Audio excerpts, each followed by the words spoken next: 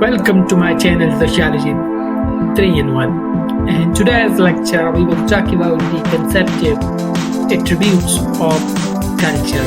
So let's start. Anthropologists have identified many attributes of culture, like ethos and ethos.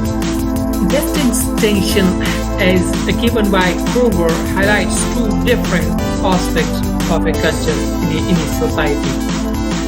Ethos as the formal appearance of a culture derived from its constituents. Ethos, on the other hand, is the definition of a culture which determines its quality, main themes, and interests in a given society. According to Batson, the first consisting of the total emotional emphasis of a culture is called ethos, and the second consisting of the emphasis resulting from the cognitive process operating within a culture is ethos. Another characteristic is explicit and implicit elements. The celebration of festivals when people are filled with joy, happiness, togetherness, and devotional fervor is an example of explicit elements of our culture. However, behind every festival, there are mythological stories or otherwise deep-rooted meanings and implications, and these could be termed as the implicit elements of our culture.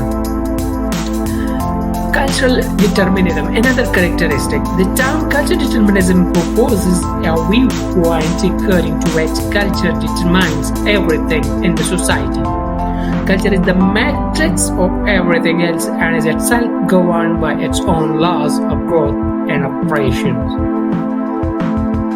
Neither human biology nor human society is regarded as capable of explaining its reality.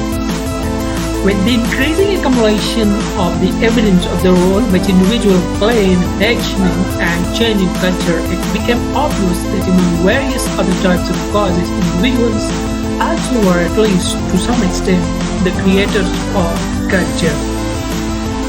To accommodate this evidence, culture determinists said that a culture operates as if it were independent of individuals.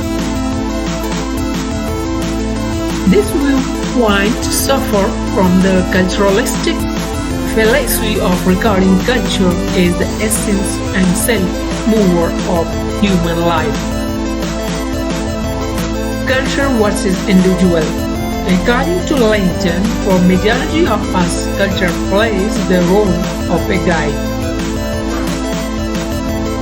It guides our behavior by laying down norms and values.